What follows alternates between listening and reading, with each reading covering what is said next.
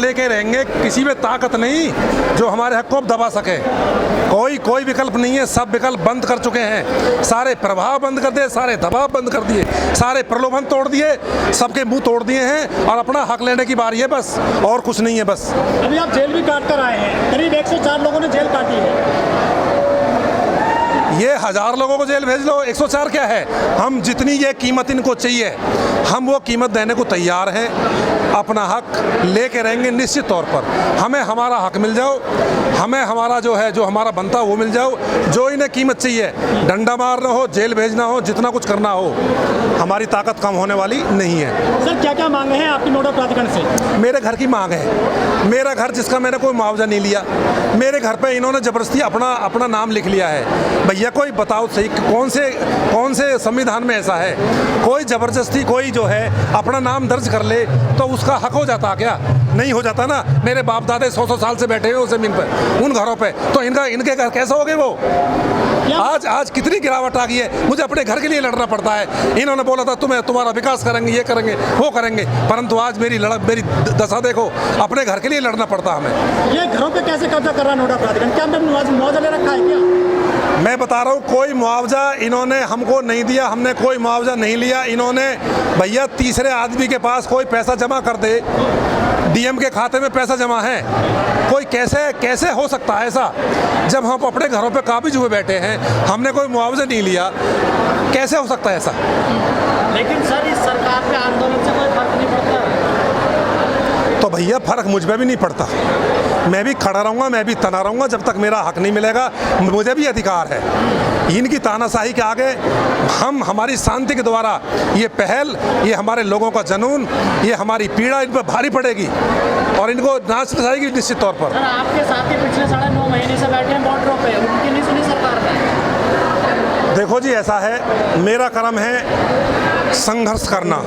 आदमी का जीवन है संघर्ष, और मैं भी उसमें हूँ। मैं संघर्ष करूँगा निश्चित तौर पर, जो बल पड़ेगा सो करूँगा और अपना हक लेके रहूँगा। अथॉरिटी क्या कहती है आपसे आकर बातचीत? अथॉरिटी चालबाज है, अथॉरिटी भ्रष्टाचारी है, ये टपक रही है भ्रष्टाचार में। ये भ्रष्ट निकाय है और सुप्रीम कोर्ट ने इनके लिए बोला है कि ये नोएडा अथॉरिटी भ्रष्ट निकाय है और इसके आँख, नाक, कान और चेहरे से भ्रष्टाचार टपकता है। नोएडा अथॉरिटी भ्रष्ट है, सारी अथॉरिटियाँ भ्रष्ट है। मैं तो भैया नोएडा अथॉरिटी की बात कहता हूँ। मैं तो इससे पीड़ित हूँ, मेरा किसान इससे पीड़ित है। मैं भोला भाला आदमी, मैं और किसकी क्या बात जानूँ? मैं तो इतना जानता हूँ कि अगर कहीं लड़ाई हो रही है, कहीं संघर्ष चल रहा है, आप राजा हैं, आपकी प्रजा आपके बच्चे के समान होती है, कम से कम उनकी सुनो तो सही, बातचीत तो करो। ऐसी भी क्या बात है? हम कोई अलग है क्या? क्यों अलगाव पैदा कर रहे हो? क्यों आपस में तनाव पैदा कर रहे हो? क्यों आपस में मनमुटाव पैदा कर ररहे हो? क्यों ऐसी स्थिति बना रहे हो? भैया हमारी बात सुनो और हमारे घरों पर हमारा हक होना चाहिए। हमारा 10% प्लॉट मिलना चाहिए, 64% बढ़ा हुआ मुआवजा मिलना चाहिए। गाँवों में नक्शा नीति व्यवहारिक नहीं है।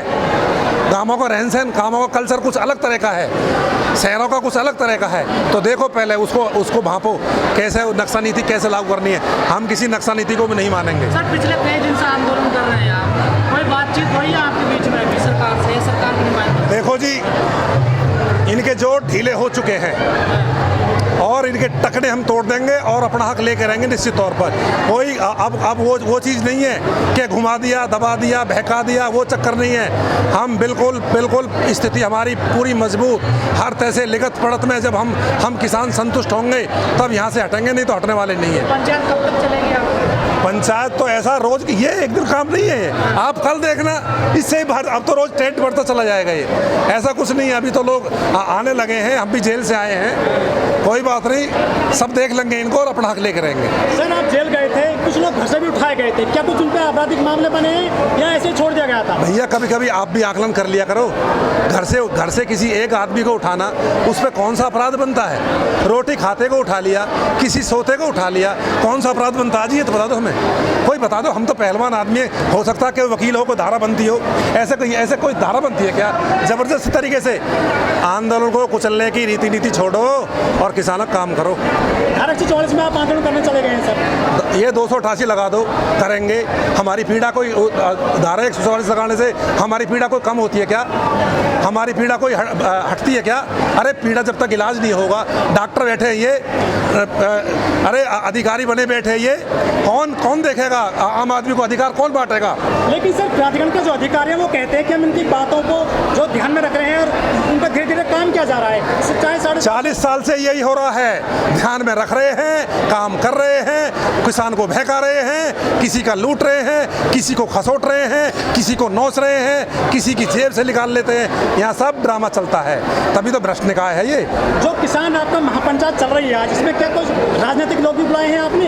देखो जी, यहाँ तो आम आदमी है, कोई राजनीतिक नहीं है, यहाँ तो किसान है टोटल। आप देख सकते हो, किसी मिलने ना किसी किसान हो तो कोई कोई नेता नहीं है, यहाँ प्योर किसान है, प्योर। सर जो राजनीतिक जो यहाँ के जनप्रतिनिधि हैं, MP MLA हैं, सपोर्ट मिल रहा है आपको उनका? भैया अगर उनका सपोर्ट मिलता, हमारे साथ खड़े होते तो आज हम यहीं क्यों होते? अगर वो हमारे साथ होते तो हम कहीं अथॉरिटी में बैठकर अपने जनप्रतिनिधि को लेकर अपना काम करवाते होते। क्या वोट नहीं चाहिए आपको उनके चुनाव आ रहे? ऐसा भी हो सकता है, उनके मन में ऐसी धारणा हो कि इनका वोट नहीं चाहिए, ऐसा भी हो सकता है। हमको थोड़ा कम समझते हो, परंतु हम हिलाने के लिए काफ़ी हैं, हम ऐसे मजबूत हैं, सारे देश में जो हमारे यहाँ का डंका बाजेगा। सर पिछली बार आप नोएडा प्राधिकरण पर भूख हड़ताल भी किए थे 2 साल पहले से, लेकिन वहाँ भी कुछ हासिल नहीं हुआ था। अब तो आप काफ़ी दूर कर दिए गए हैं, हरवा में आ गए हैं। मैं हर वो काम करूंगा जिससे इन पर दबाव पड़े, जिससे सोचने को मजबूर हो। और बताओ इससे ज़्यादा क्या हो सकता है? मैंने अनशन करा, मैंने कोई मारा तो नहीं है, मैंने कोई हिंसा तो नहीं करी। मेरी बन रहा है, दबाव भी बनेगा, प्रभाव भी बनेगा, इनके फाइलों में हिसाब भी बनेगा और ये हिसाब ठीक करेंगे और किसान को देना भी पड़ेगा इनको। 2022 में चुनाव आ रहे हैं, क्या कुछ असर पड़ेगा किसान महापंचायत का? देखो जी, ऐसा है, निश्चित तौर पर जब आप अनीति करोगे, नीति पर नहीं चलोगे तो अजी वो तो प्रभाव दबाव तो पड़ेंगे ही। हम कैसे कहते प्रभाव नहीं पड़ेगा? कैसे नहीं? हमें परेशान रखो और हमसे आप आशा करो, ऐसे कैसे हो सकता है जी? सर कुछ किसान संगठन भी हैं नोएडा में बहुत सारे, वो भी मीटिंग कर लेते हैं अधिकारियों के साथ में, क्या वो आपको समर्थन कर रहे हैं? यहाँ किसान ही किसान है, कोई हम भी संगठन नहीं है, यहाँ किसान ही किसान है बस। और अब किसी की कोई मीटिंग नहीं, आप देखेंगे कुछ दिनों में और देखेंगे कुछ। देखिए, बात मानी जाएगी और बिल्कुल मानी जाएगी। कोई बात, कोई नाजायज़ मांग हो, कोई ऐसी चीज़ हो जो डॉक्यूमेंट में ना लिखी हुई हो, या पूर्वत अधिकारियों ने या हमारा कागज़ इन पे हमारा बकाया ना बोल रहा हो। मांग वो चीज़ होती है कि हमने कोई एडिशनल इनसे कोई चीज़ नए एक धरातल पे आके और पटल पे नई चीज़ रख दी है। हमारी सारी मांग जायज़ है, सब हमारी डॉक्यूमेंट के अंदर है। जो गलत किया है वो नोएडा प्राधिकरण ने किया है। हम ये मांग सारी दुरुस्तीकरण की मांगे हैं, चाहे वो आबादी को लेके हो, चाहे 10% को लेके हो, चाहे वो भवन नियमावली को लेके हो, या 5% के प्लॉट को लेके हो। मांग बिल्कुल मानी जाएगी। बस बात यह है कि जनप्रतिनिधि जो होते हैं वो डायरेक्ट कनेक्ट होते हैं अपने क्षेत्र की जनता से। जब वो हमारा माध्यम नहीं बन पा रहे हैं, उस माध्यम को तोड़ने का काम ही हम एक संघर्ष के द्वारा अपने किसान भाइयों को, अपने क्षेत्रवासियों को इकट्ठा करके हम वही काम कर रहे हैं। इसके सिवा हमारा कोई ना मंतव्य है और ना हम इससे सिवा कोई इतर बात जानते हैं। मांग मानी जाएंगी, बिल्कुल मांगी जानी जाएंगी। हम इन पे इतना प्रेशर बनाएंगे, हर एक माध्यम को अपनाएंगे, हर एक कड़ी को तोड़ेंगे, हर एक पटल को क्रॉस करते हुए हम संपूर्ण पटल पे पहुंचेंगे, चाहे वो शासन हो, चाहे मुख्यमंत्री हो, चाहे प्रधानमंत्री हो, चाहे माननीय राष्ट्रपति हो।